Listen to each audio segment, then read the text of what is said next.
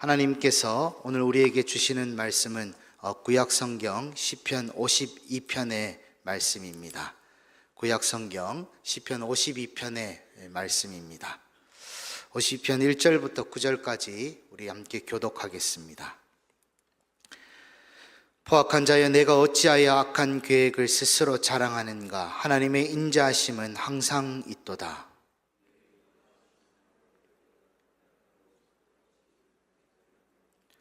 내가 선보다 악을 사랑하며 의를 말함보다 거짓을 말하는도다.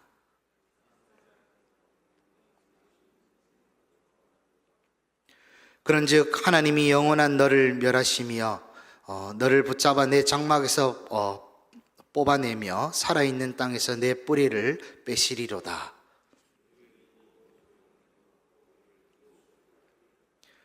이 사람은 하나님을 자기 힘으로 삼지 아니하고 오직 자기 재물의 풍부함을 의지하며 자기의 악으로 스스로 든든하게 하던 자라 하리로다.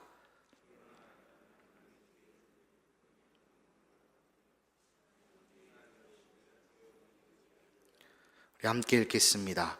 주께서 이를 행하셨으므로 내가 영원히 주께 감사하고 주의 이름이 선하심으로 주의 성도 앞에서 내가 주의 이름을 사모하리이다. 아멘. 오늘도 주님의 은혜를 사모하며 이 자리에 나오신 여러분들을 환영하고 축복합니다. 오늘 묵상할 말씀은 시편 52편 1절부터 9절까지입니다. 우리 표제어는 다윗의 맞쓰길이라 되어 있는데 교훈이라는 뜻입니다. 그리고 인도자를 따라 부르는 노래입니다. 표제어에 더 많은 정보가 있는데 에돔 사람 도액이 사울 왕에게 가서 다윗이 제사장 아히멜렉의 집에 피신해 있다 이렇게 말하고 일러 바치던 그때를 배경으로 하고 있지요. 여러분, 오늘 본문을 보면 눈에 띄는 몇 구절을 보고 우리가 알 수 있는 게 있습니다. 악한 자, 그리고 그의 악한 말이나 행동에 대한 교훈, 맞쓰길이구나.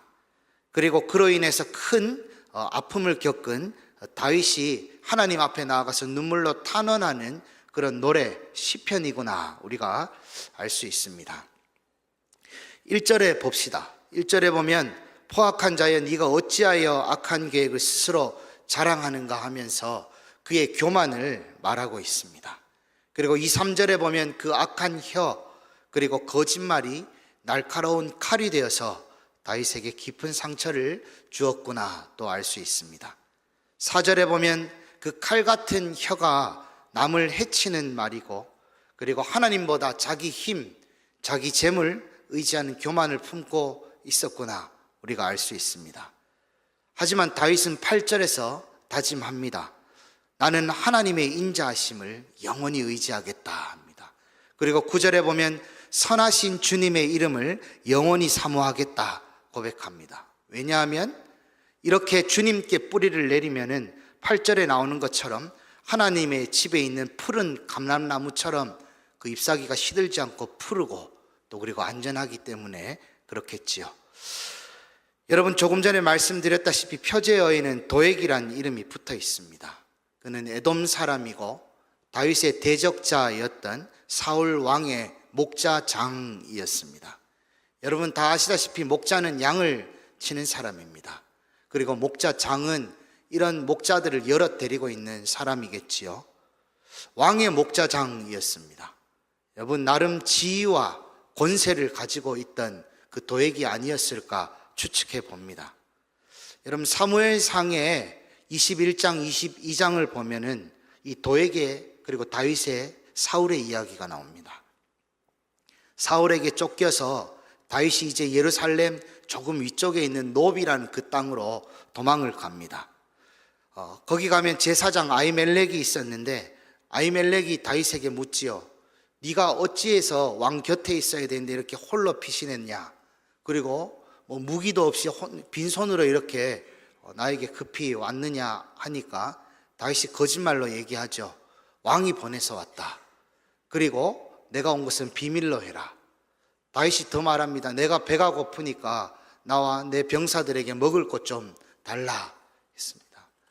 거기 먹을 것이 아무것도 없었는데 다윗 그 제사장 아히멜렉은 다윗에게 하나님께 올려드릴 그 거룩한 떡, 그러니까 진설병을 전해주지요. 그리고 무기를 요청하는 다윗에게는 골리앗이 쓰던 그 큰 칼도 전해줍니다. 그 와중에 사무엘상 21장 7절을 보면 이렇게 나와 있습니다. 사울의 목자장 도액도 그 지역에 있었더라 되어 있습니다. 긴 내용을 각설하면은 다윗을 쫓는 사울이 이 놉당에 도착했을 때 도액은 사울에게 이 모든 내용을 다 보고합니다. 제사장 아히멜렉이 다윗을 도와주었다. 떡을 주고 칼을 주었다. 아히멜렉은 당연히 변명하겠지요. 다윗이 나에게 간절히 요청하니 내가 어쩔 수가 없었다. 이 죄들을 나에게 돌리지 마십시오. 그러나 화가 난 사울은 그들을 다 죽이라고 명령했습니다. 그런데 주의 종을 죽이는 게 쉽습니까? 병사들이 다 주저주저하고 있을 때 도액이 나서서 칼을 들고 제사장들 85명을 모조리 다 죽였습니다.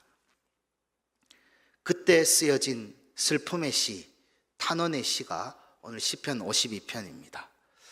우리는 여기에서 두 가지의 교훈을 찾아볼 수 있습니다. 오늘 이 새벽에 주님께서 주시는 우리가 찾는 이 두 가지의 교훈을 통해서 우리 마음이 위로받고 또 우리 주님의 길을 걸어가는 우리가 되기를 소원합니다. 먼저 첫 번째 교훈입니다. 말의 선한 의도와 사람에 대한 존중을 우리 함께 담으시기 바랍니다.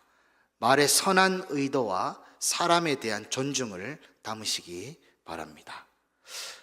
어느 목사님께서 해주신 이야기입니다. 그 목사님께서 신학을 공부하러 이제 다니실 때에 2시간 반 넘는 긴 장거리 운전을 다른 한 목사님과 이렇게 운전하면서 다니셨는데 그때 제일 재미있었을 때가 있습니다.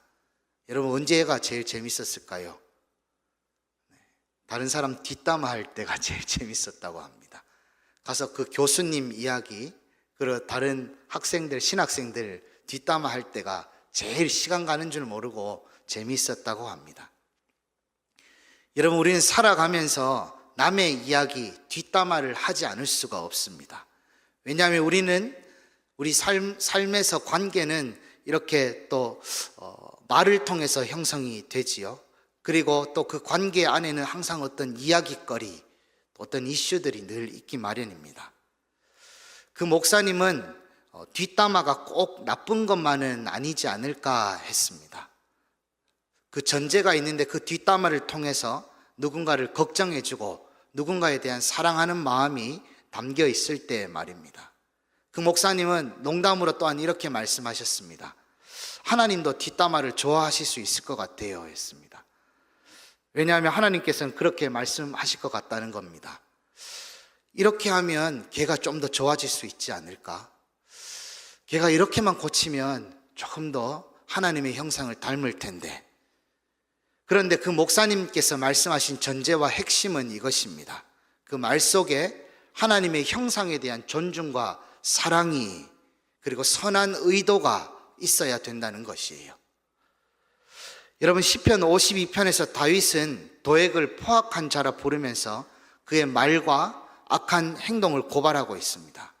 악한 계획을 자랑하면서 날카로운 칼과 같은 그런 말 거짓말을 하는 도액을 향해서 고발하고 있어요. 하나님 앞에서 말입니다. 도액은 목자장이었습니다. 사울의 총애받는 권세가 중에 하나였습니다. 그런데 사무엘상을 읽어보고 시편을 읽어보면 그는 더 잘 나가고 싶었던 것 같아요. 사울에게 더 인정받고 싶었던 것 같아요. 더 굳건해지고 싶었던 것 같아요. 그래서 다윗을 고발해서 위험에 빠뜨리기도 하고 다 주저주저할 때 칼을 들고 사울의 명을 받들어서 제사장 85명을 모조리 다 죽여버리는 그런 참극을 벌였습니다. 확실히 인정받았겠지요. 오늘 7절의 말씀처럼 그는 하나님을 자기의 힘으로 삼지 않았습니다. 악한 계획과 의도로 누군가를 혀와 칼로 죽였습니다. 여러분 우리는 이 땅에서 발붙이고 살아가는 동안 사람들과 함께 살아가면서 뒷담화하지 않을 수 없어요. 그럴 수 있는 사람이 누가 있겠습니까? 본의 아니게 누군가의 흠을 말해야 될 수도 있습니다. 하지만 그렇게 뒷담화하는 상황과 현장 속에서 우리가 잊지 말아야 될 것들이 있습니다. 여러분, 말의 선한 의도를 담으시기 바랍니다. 그 하나님의 형상을 가진 그 사람에 대한 우리 존중을 잊지 마시기 바랍니다. 그런 사람에게 주시는 주님의 복이 오늘 시편 52편에 있습니다. 우리 8절 말씀을 함께 읽어봅시다. 시작.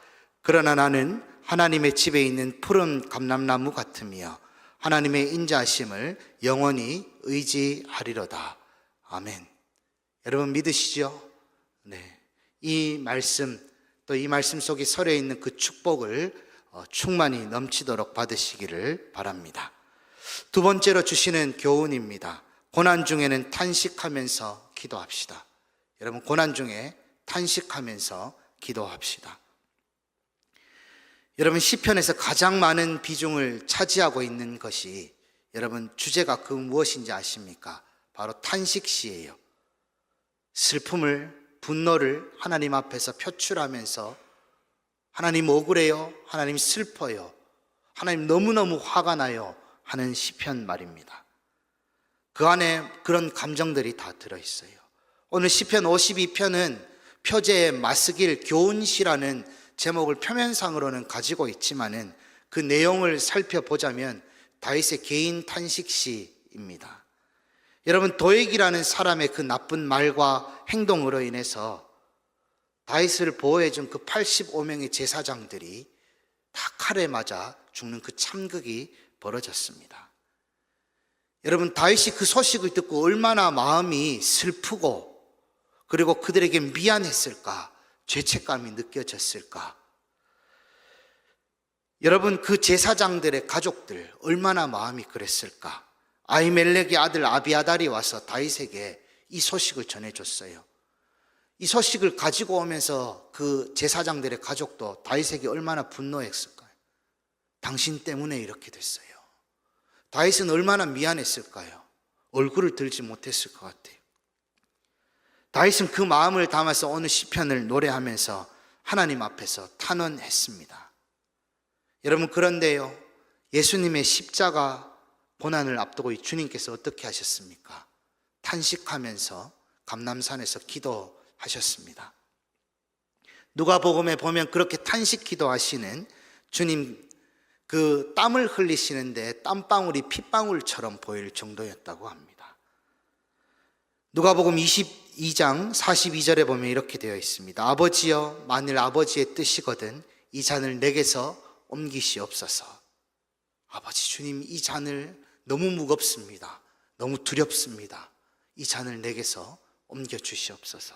그러나 내 원대로 마시고 아버지의 원대로 되기를 원하나이다. 여러분, 이 탄식의 기도는 예수님께서 십자가에 달려서 그 영생이신 아버지 하나님과 단절되는 그 극도의 고통을 예수님께서 감내할 수 있도록 이 탄식의 기도가 도왔습니다.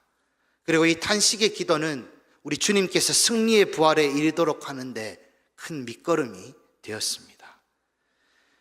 여러분, 시편은 찬송이지만 기도이기도 합니다. 많은 이스라엘 백성들이 이 찬송을 새벽에, 밤중에 성전에 가서 부르면서 하나님께 탄식 기도하고 위로받고 그렇게 했습니다. 다윗도 억울하고 분노가 끓어오르는 상황에서 하나님 앞에서 시편으로 기도하고 노래했습니다. 그렇게 다윗은 어려운 상황들을 이겨나갔습니다. 예수님도 십자가 앞에서 엎드려서 탄식하면서 기도하면서 성부 하나님께 위로받고 승리해 내실 수 있었습니다. 사랑하는 여러분, 혹여나 고난의 자리에 계십니까? 이 고난이 오늘 내일 끝날 것 같지 않고 내 숨이 붙어 있는 동안 계속될 고난이구나, 어려움이구나 해서 주님, 나 이제 죽고 싶어요, 나 더 살아서 못하겠어요 하는 그런 마음 드십니까? 여러분, 그럴 때 기도하시기 바랍니다. 그런데 그냥 기도하지 마시고 하나님 앞에서 소리도 지르시고 눈물도 흘리시고 괜찮아요, 원망도 하시고 그렇게 기도하시기 바랍니다. 그럴 때 주님께서 찾아오셔서 눈물을 닦아주시고 여러분을 응원해 주시고 위로하여 주실 줄 믿습니다. 여러분, 시편들이 그 증거, 그 예시들입니다. 우리 이제 주신 말씀 속에서 우리 함께 은혜로 기도하기를 원합니다. 오늘 두 가지 교훈을 함께 나누었지요. 말의 선한 의도와 사람에 대한 존중을 담으시기 바랍니다. 고난 중에는 우리 함께 탄식하며 기도합시다. 이 두 가지 제목 가지고 주님 앞에 나가서 함께 기도하겠습니다.